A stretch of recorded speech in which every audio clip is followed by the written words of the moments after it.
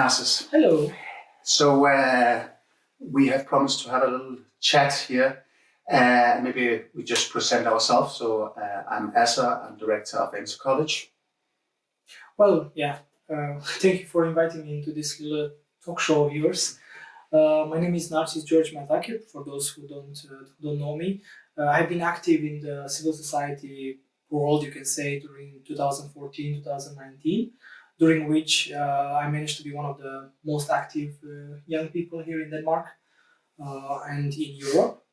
And I would say that one of my biggest prides in life has been to take an organization like European Youth Denmark from zero to be something that people can be proud of. Exactly, and that's exactly what I would like you to tell a little bit about, because I mean, when I met you first time back in 2014, and you came across us in Inter College, and you started to work with us, and you got out on a training course. You were just a young guy coming from Romania with a lot of energy, and then following you a couple of years later, you actually took an organization from zero and up to be the biggest youth organization in this city, and that's what I want to hear a little bit more about. How did this start? So maybe just from the very beginning, how did it start? How did you kind of engage with the organization? How did you take the decision that now I'm going to build it?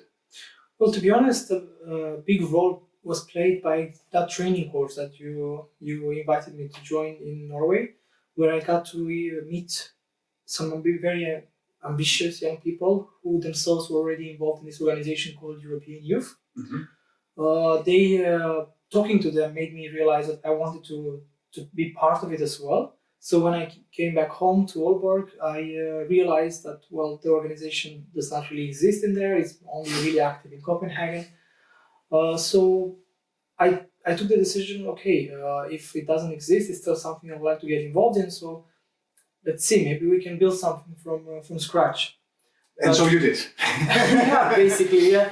The very first thing that we have done was that it was me and it was Monica, my current wife. We were the first two people. We were both actually on that training, and then we just made a call out to our network, and immediately in a few hours we completed our board. So we had a little team to start with.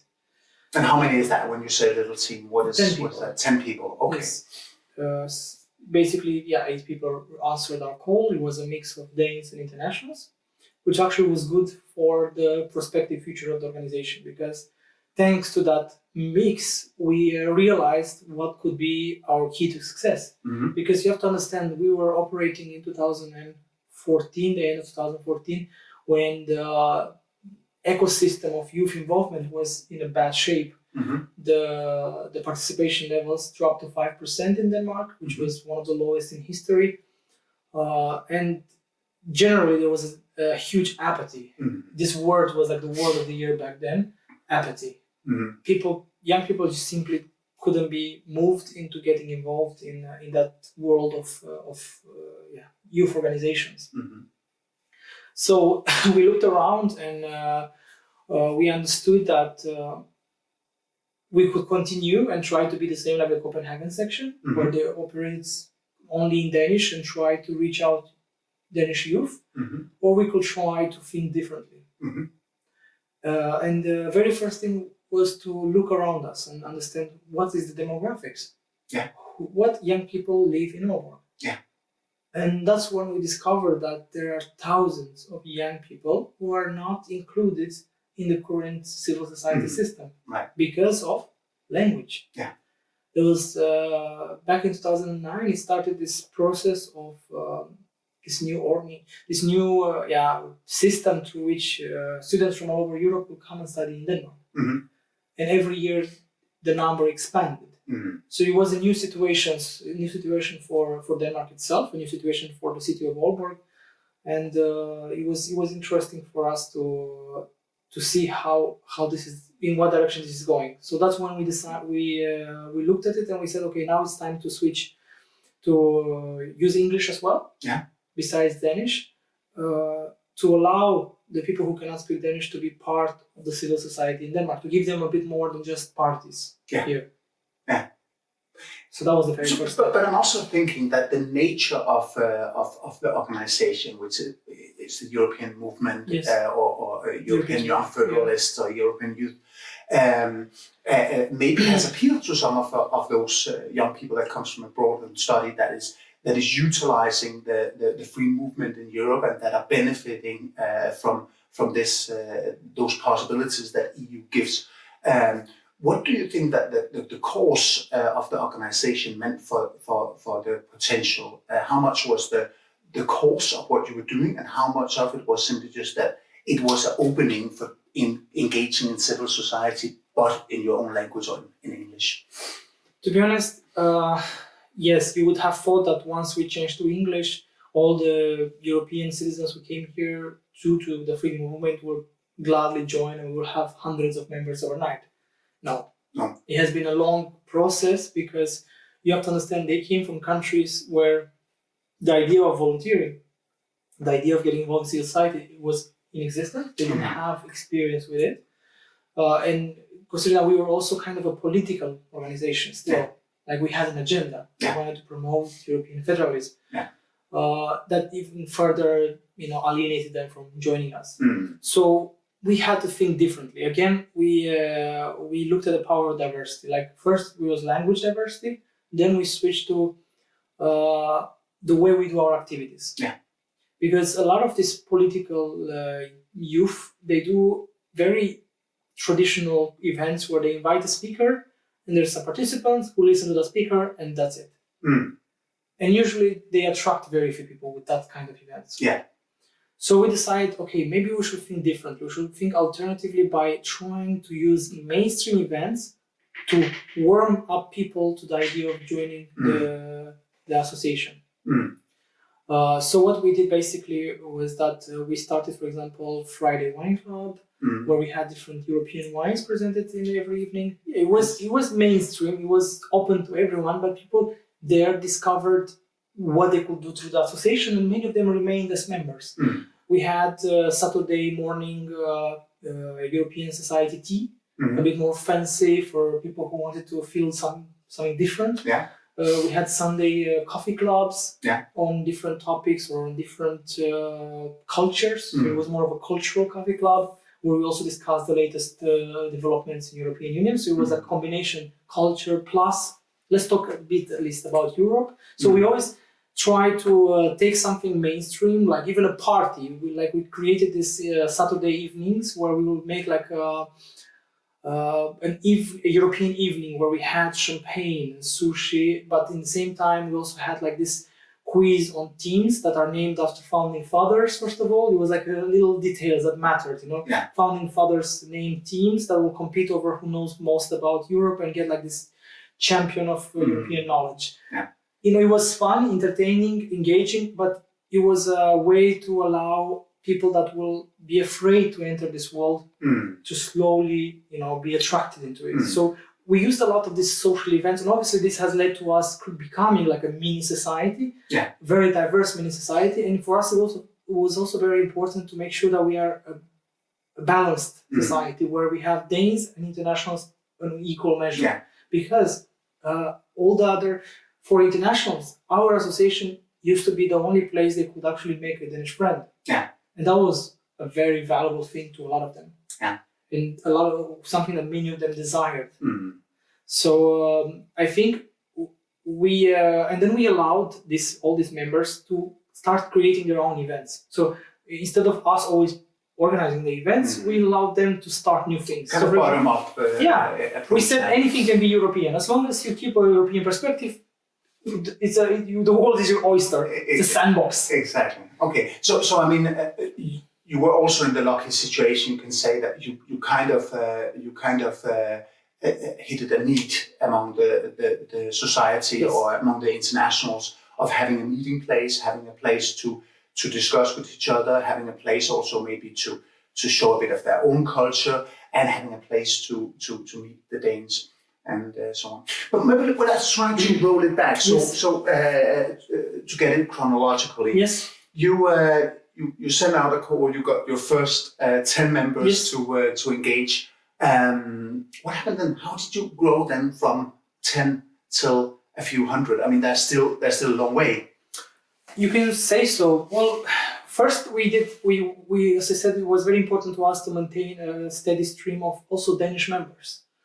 So what we did is that it was hard to simply put an out there, come and join us. Nobody will join us. So what we did was headhunting. Basically, we thought, okay, which from where we can find Danish people with a bit extra time in their schedule so that they can also do some hours with us. Yeah. And then we thought, okay, politically engaged youth has like a certain level of activity, but they usually still have a lot of empty spots in their calendars. They don't do a lot of activity.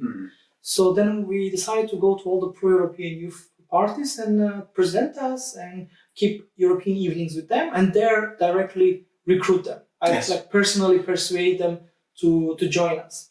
Okay. That's pretty much what I did for like a half a year.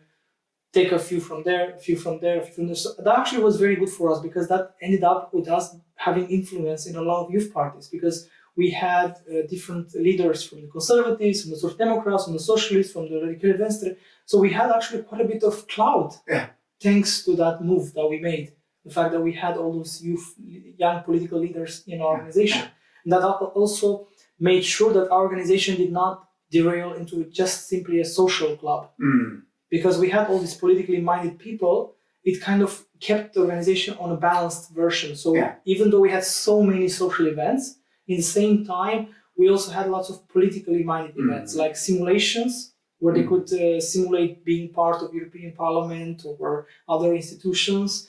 We had we wanted to make Aalborg a bit more interesting. So we made this every year, the Danish Youth Leaders Summit. We invite the national leaders of the different youth organizations in Denmark to come to Aalborg and together with representatives of Aalborg Youth to create together the Declaration of Aalborg. So to be towards Europe. Something that we will send to the Commission. As this is what the wish of the Aalborg Youth is. So we explored basically a lot of venues, and every time we explored a new venue, new members came. And we also we dared to be creative and not feel ourselves encumbered by the fact that, okay, you are supposed to promote European identity and point. For example, we looked at poetry slams. I noticed that poetry slams were only in Danish. And I was like, well, among the thousands of international, there must be some who also are poets, who probably will never reach out to us. So then what we decided, we made poetry slams in English, and then out of nowhere, we started to have members who had skills in creating content like that. And then we somehow managed to convince them to create poetry related to EU. You see? And then we something like an idea came out in our heads, and like, oh, what if we start getting artists of all kinds? What kind of power of communication could we have then? So then we attracted one international Cody. He was Canadian Danish, and he was an artist, and he helped us create this Aalborg Surreal. Where we invited 50 local artists to create stuff on climate change. We had it for 3 days. We had between 300 to 500 people coming to visit that. But out of these 50 people, more than half joined us as members. And then out of nowhere, we had people who create art, murals, stories with European thematic.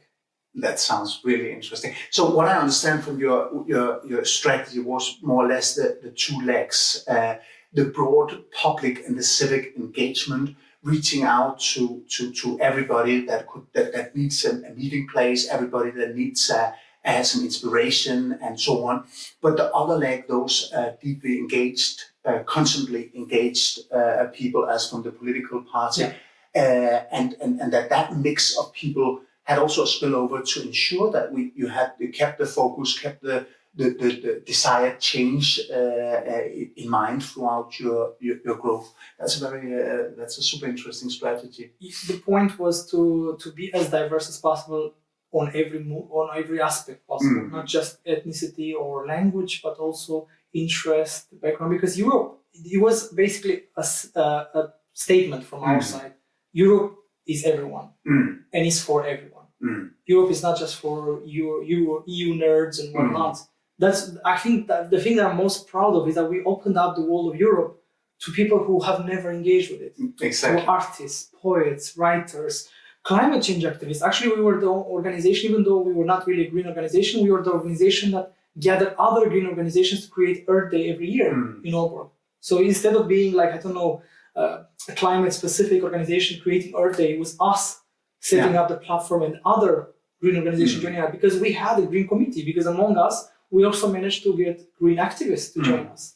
But so, I mean, you started with basically you coming down home from Norway and your at that time girlfriend, later wife, sending out a call saying we would like people to join. From our and up till 2017 or something. That was our glory year. Where you had how many members? We had at some point 450 members, which we were. That's amazing. We were more members in Aalborg than the rest of Denmark combined.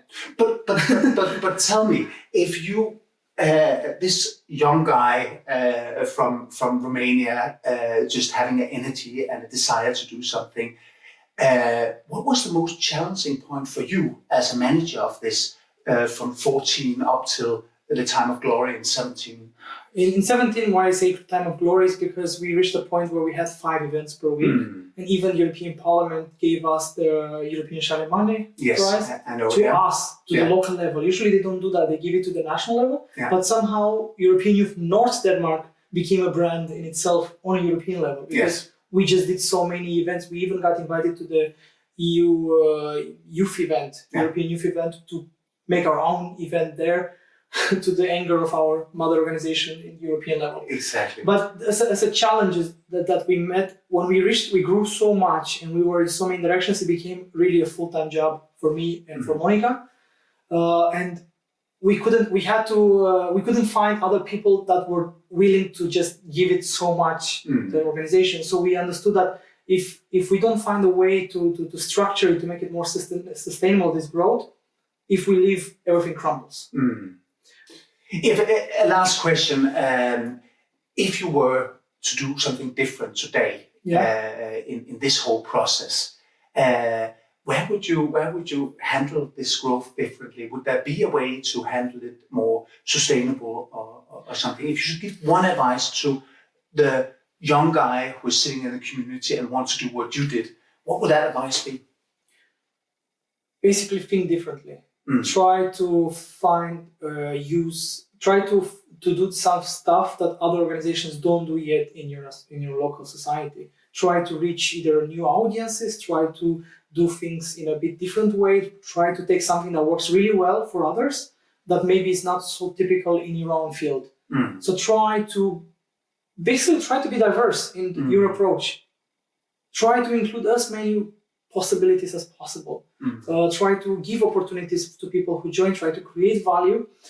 And to be honest, I wouldn't do anything so much different because even though the organization is not as glorious as it used to be today, it changed the way the civil society works in Aalborg because we grew so big that the other Danish associations got jealous simply. So they all included Danish so they can also challenge us on the international market. So from that moment, we achieved our goal. We started this organization because there was no place for internationals to do something else in the civil society besides partying.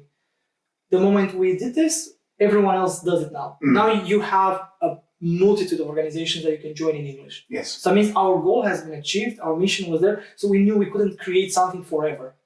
It's in my mind, I dream that it will be forever, but let's be honest, sometimes it's better to focus on a goal that's bigger than your association. Maybe your association has to grow for a certain period to achieve a certain goal, and then still be content that will not be always running on the same level. And I think that is exactly the words maybe to end this with. I mean, no tree is growing into the sky. Everything has its limit, but it's about exploring the opportunity, targeting diverse and finding the potentials of growth that is in exactly your local society and exactly in the community that you're working with. Thank you so much for joining this talk. It was big pleasure. It's my pleasure as well. Basically, I just want to make sure there is strength in diversity, and you will know it when you try it. Thank you so much.